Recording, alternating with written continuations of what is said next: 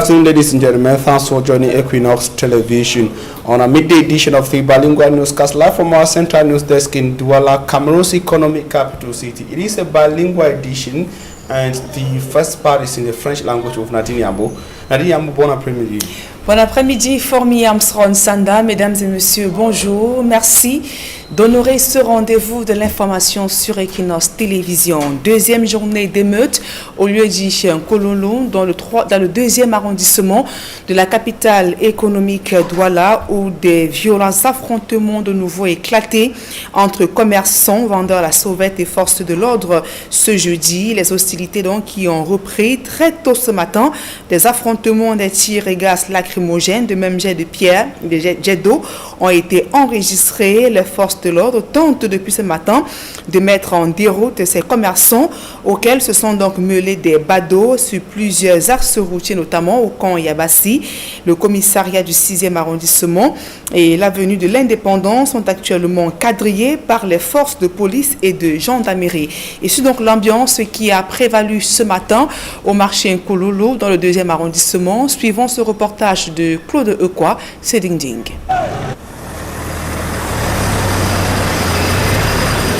Les affrontements ont pris une véritable tournure de guérilla au marché Nkoulouloun dans le 2e arrondissement. Les commerçants mêlés à des badauds ne semblent pas prêts à rebrousser chemin face aux forces de l'ordre qui avancent de plus en plus vers les différents mutins. Ils ont dressé des barricades juste ici pour stopper les éléments de force de l'ordre qui ont rameuté des renforts histoire de rétablir l'ordre au marché Nkoulouloun. Des lacrymogènes fusent de toutes parts et nous sommes en plein dans les échauffourées. Vous avez donc suivi l'ambiance qui a prévalu ce matin au marché Nkololo dans le 2e arrondissement de la capitale économique Douala, où des affrontements se poursuivent depuis ce matin entre commerçants, de même que les forces de l'ordre qui ont dû faire usage de gaz lacrymogène pour pouvoir disperser les manifestants. Et on reparle à présent de l'accident de la falaise qui a fait au moins 5 morts. Les blessés sont actuellement internés à l'hôpital du district de Tchang dans la région de l'Ouest Cameroun, une structure qui manque cruellement d'équipement pour la prise en charge des accidentés régulièrement internés dans cette formation hospitalière. Voici le reportage de l'Éclair Sakem. Ces deux enfants sont les miraculés du drame survenu dans la nuit du mardi au mercredi à la falaise de Tchang.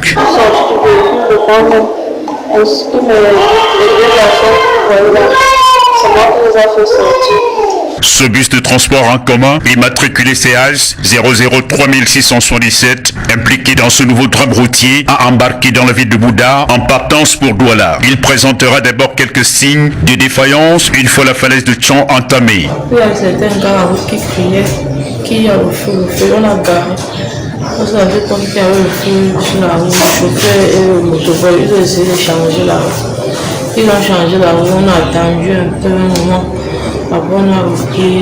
Mais les usagers étaient loin de s'imaginer. Au pire, seulement à quelques mètres de là, une panne du système de freinage va tout chambouler. On n'a pas roulé longtemps, le fond a lâché. Et dès que nous sommes revenus pour entrer dans la voiture, à peine 20 mètres, le fond a lâché.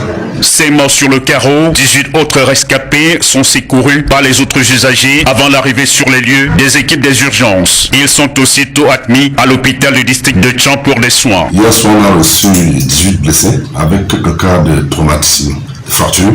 Et puis à la mort, on a eu 5 corps jusqu'à maintenant. Juste 6 cas de brûlures traumatisés avec les fractures qui sont en train d'être examinés par le traumatologue qui est venu de Douala. Sur le site du drame ce mercredi matin, voici ce qui reste du véhicule et les nombreux bagages. À quelques mètres de la tragédie de janvier dernier qui avait fait 55 morts. Occasion pour le directeur de l'hôpital du district de Tchang d'évaluer ses insuffisances en matière d'urgence. La fin de centre était accidentée. Donc on a un besoin urgent d'un traumatologue.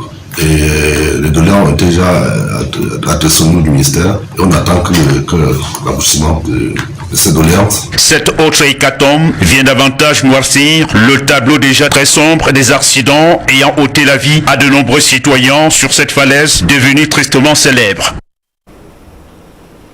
Autre fait d'actualité au cœur de ce journal, plus de 2 ans après avoir lancé l'opération de comptage physique des personnels de l'État, près de 7000 fonctionnaires manquent à l'appel. Pourtant, des sommes faramineuses ont été dépensées durant des années pour le paiement des salaires de ces agents fictifs de l'État. Et quelles sont donc les mesures pour faire le ménage dans cette fourmilière? Le ministre de la fonction publique donne des précisions dans ce reportage que signe Rodrigue Ngassi.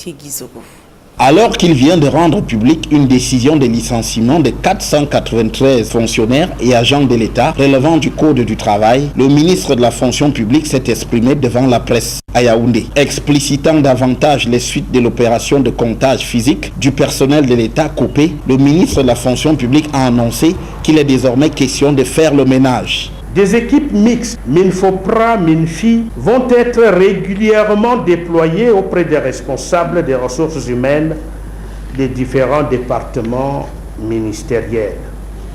La mission de ces équipes consiste à vérifier et à s'assurer de l'effectivité au poste des agents publics. Nous n'avons plus de choix que de radier des effectifs de notre administration ces agents publics fautifs ou fictifs qui émargent impunément au budget de l'État. Revenant sur les opérations menées, le ministre de la fonction publique a indiqué le nombre d'agents publics concernés par cette action. Les procédures ont porté sur le traitement de 8766 dossiers. Nous avons lancé la phase disciplinaire et contentieuse de l'opération de traitement des dossiers. D'après les précisions de Joseph Lé, nombre de fonctionnaires ont répondu aux abonnés absents. 7622 mises en cause n'ont jamais réagi jusqu'à ce jour. Quelques-uns nous ont tout de même fait savoir qu'ils travaillent désormais à leur propre compte. S'il est un point positif sur lequel s'est apaisanti le ministre de la fonction publique, ce sont les économies que l'État du Cameroun a pu réaliser. Cette opération a permis à l'État du Cameroun de faire une économie de près de 30 milliards de francs CFA. L'opération de comptage physique du personnel de l'État s'est déroulée d'avril à juin 2018 pour le recensement et de septembre à janvier 2019 pour la phase précontentieuse. Les fonctionnaires licenciés disposent encore de voies de recours pour plaider leur cause. Rendons-nous à présent à Kribi, dans la région du Sud Cameroun. La cité balnéaire est confrontée à de graves pénuries d'eau et la situation dure depuis des mois déjà. Et ce problème donc a été au cœur d'une session ordinaire d'examen des comptes administratifs. Et le préfet de l'Océan invite les conseillers à faire taire la querelle pour le bien-être de la communauté. D'autres précisions dans ce reportage de Joseph Abuna. La question d'eau potable se pose avec acuité dans la cité balnéaire de Kribi. Avec la poussée démographique et l'extension de la ville, les robinets passent désespérément des jours à sec et les citoyens font alors recours aux moyens de bord. Moi, seul on a Boamanga pour venir puiser l'eau ici là, c'est chaud, c'est grave. Vous allez dans les bidons, puiser l'eau après. Pas la première fois, c'est comme ça qu'on supporte. À Kribi, il n'y a pas l'eau de la Sinette. Depuis qu'on a installé l'eau, on n'a jamais mis l'eau à la portée de la population. C'est ici là qu'on vient se ravitailler parce qu'on n'achète pas et c'est un peu propre. En plus de cette situation, le réseau de distribution d'eau n'atteint pas tous les quartiers de la ville. Ici, au quartier Mpangou, à Kribi 1er, on se sert encore des ruisseaux. Déjà, étant donné que dans le quartier, nous avons un peu des conditions de vie défavorables. Nous avons aussi des problèmes d'eau. Étant donné que nous avons trouvé des anciens, ils ont commencé à boire. Donc on dit que quand vous arrivez quelque part, si on danse d'un pied, danse seulement. Donc nous aussi, on a commencé à boire. Cette situation préoccupe l'exécutif municipal de Kribi 1er, réuni ici en session d'examen et d'adoption des comptes. Le préfet a prescrit et conseillé de se rapprocher de Madame le maire. Vous savez, nous sortons d'une élection, il y a toujours des fissures, mais j'ai compris avec les prescriptions du préfet que désormais les conseillers vont comprendre que nous sommes tous ensemble, nous devons être tous ensemble pour relever le défi qu'est le développement de notre municipalité. Le climat qui règne ici n'est pas un fleuve tranquille. De vives tensions issues des élections meublent parfois les travaux. Je voudrais donc ici inviter les conseillers municipaux à se mettre aux côtés de Madame le maire pour pouvoir améliorer la qualité des travaux de ce conseil municipal, mais aussi et surtout pour l'accompagner dans la réalisation de différents projets en faveur des populations. Cela donc passe à travers une implication de tout le monde autour de Madame le maire. Je voudrais aussi inviter aussi Madame le maire à tendre la main, à impliquer tous les conseils municipaux ici présents, aussi bien dans le choix, la maturation des projets, mais également dans la mise en œuvre de différents projets. Le conseil municipal doit constituer cet organe au sein duquel les populations se reconnaissent au quotidien à travers une synergie d'action de l'exécutif avec le conseil municipal. À côté de ces efforts fournis par la mairie pour résoudre ce problème d'eau potable, plusieurs pointent un doigt accusateur sur la vétusté des installations et le laxisme de ceux qui sont en charge de la distribution de ce précieux liquide. C'est avec ce reportage que nous mettons un terme à la première partie de ce journal. La suite avec vous, Fomi Armstrong Sanda. Thanks, Nadine Yambo. Ladies and gentlemen, thanks for joining us in the second segment of information in the English language. The city of Douala, Cameroon's economic capital city, back to a tense atmosphere as recorded yesterday. More arrests have been made at the Nkululu end of the Douala Central Market in the Douala 2 subdivision as traders continue to stand up against security officials in enforcing the decision of the Douala 2 Council. According to latest reports, several other persons have been arrested as this Thursday's confrontation has gone more serious.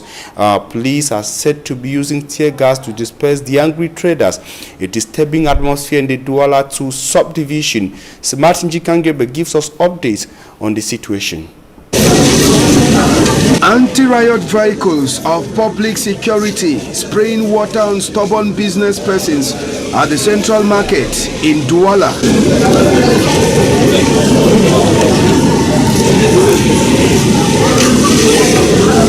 It's day 2 of the stand-up by business persons who say no to the 100,000 francs CFA they have been told to pay to get space to sell on the road.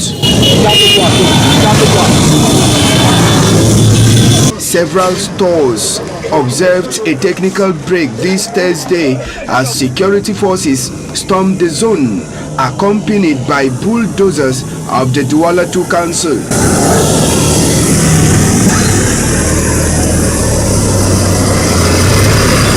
Roadblocks were also part of the stand-up. Security forces also arrested some persons. Several makeshift stores were also destroyed and made away by standby vehicles of the Douala 2 Council.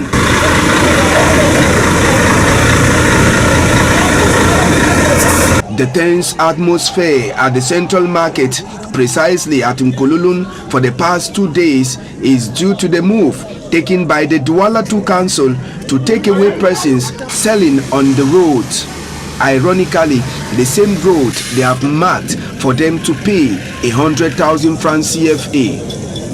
Some months back, a meeting was organized to look for solutions to this problem, but till now, no solution.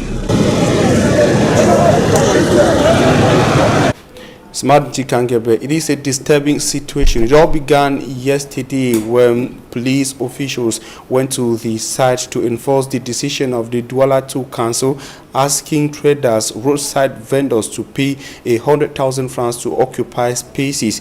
The traders say the money is too much compared to what they gain out of the marketplaces in a day.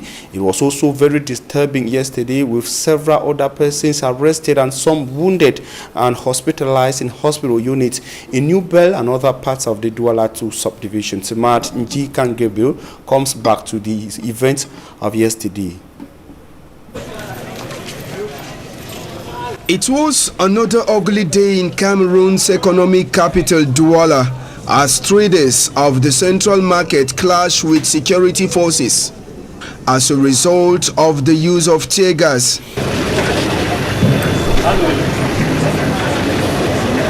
The effect on the innocent civilians was visible. One almost ate off her tongue. First aid treatment was given before she was rushed into a taxi. At the same time, another teenager was also ferried into a taxi urgently.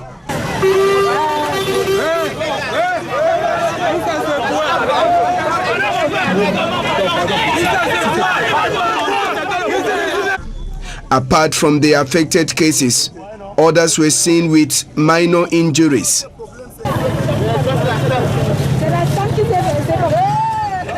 The confrontation also led to the arrest of some traders who allegedly fought with security forces.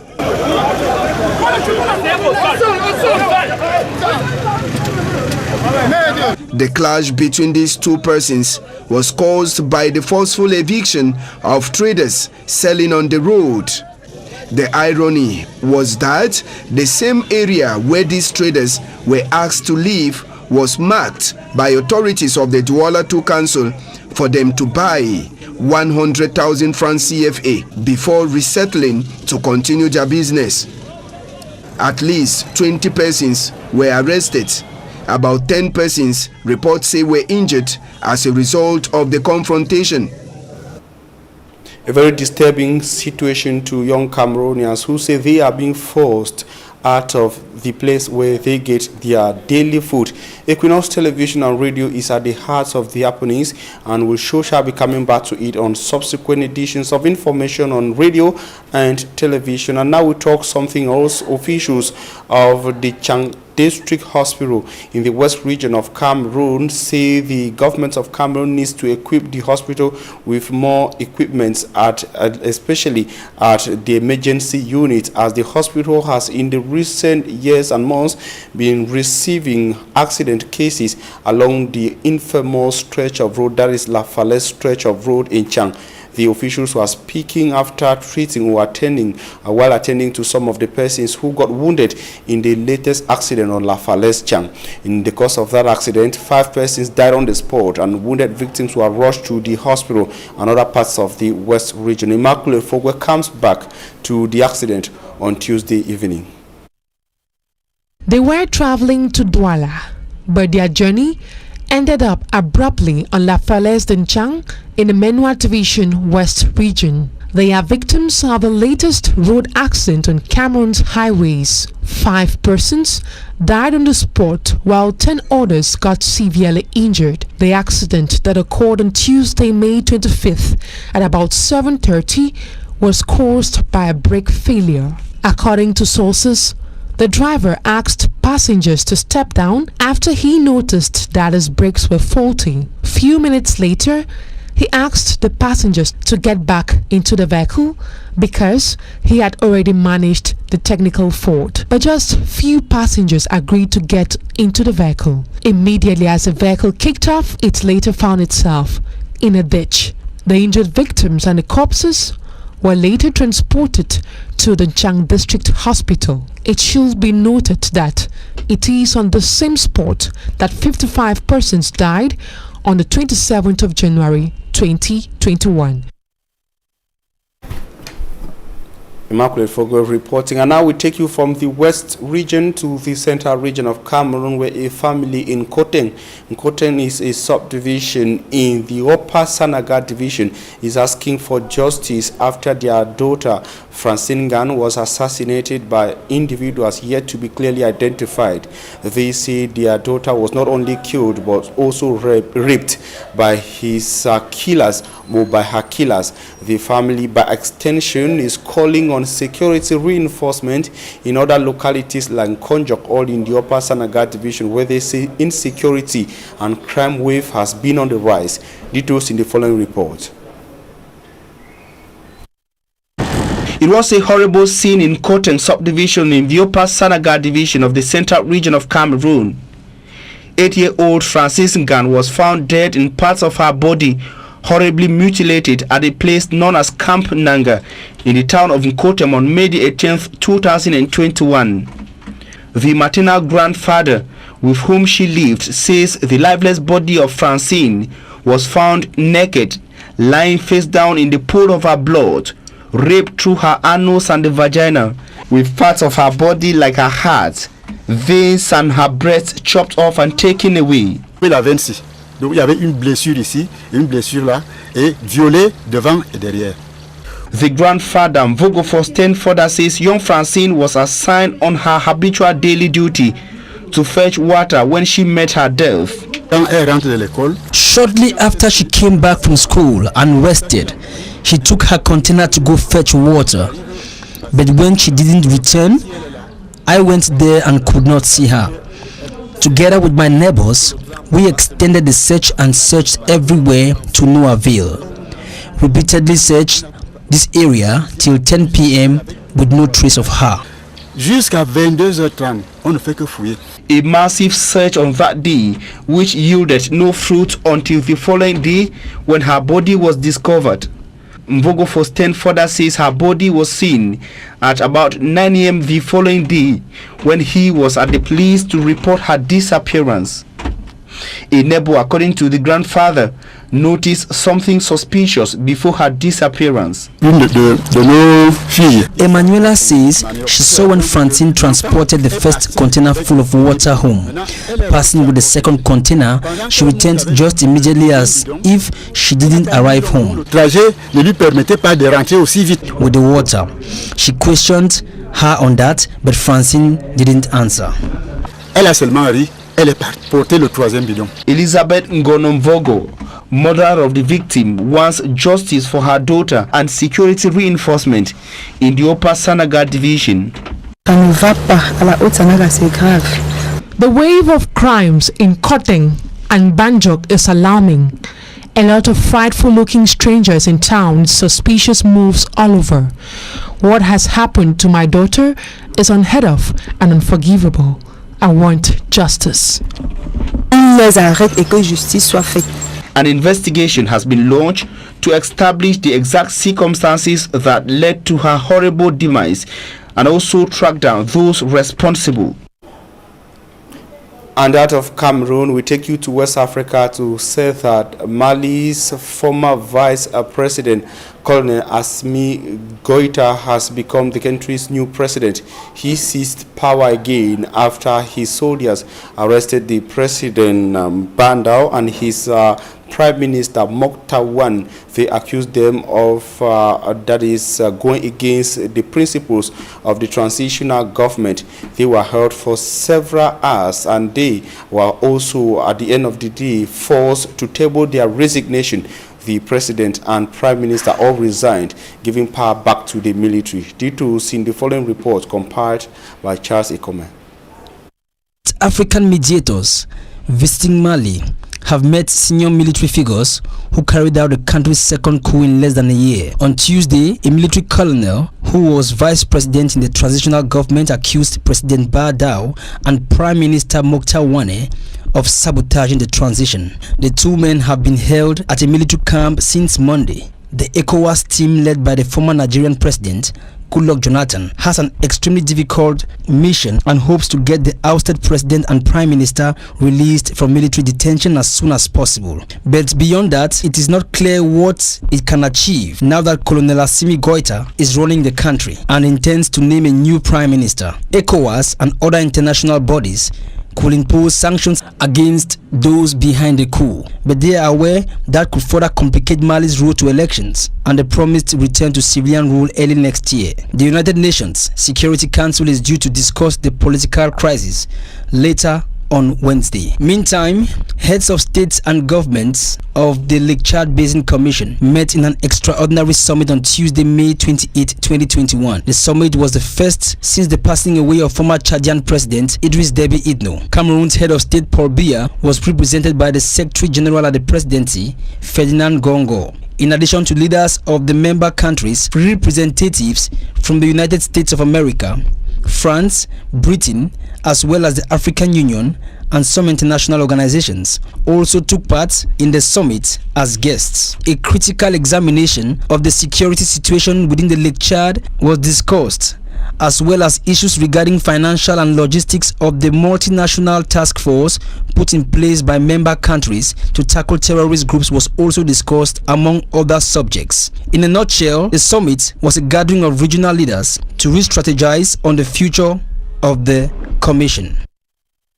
Just a comment from West Africa, ending this edition of the Bilingual News on Équinoxe Television. We thank you for your keen attention. Nadine Yambwana will be back here tomorrow at 7 a.m. God willing. Nadine, see you tomorrow at 7 a.m. Exactement, Fourmi Armstrong Sanda, fin de ce journal. Mesdames et messieurs, merci pour votre aimable attention et passez d'agréables moments en compagnie de nos programmes.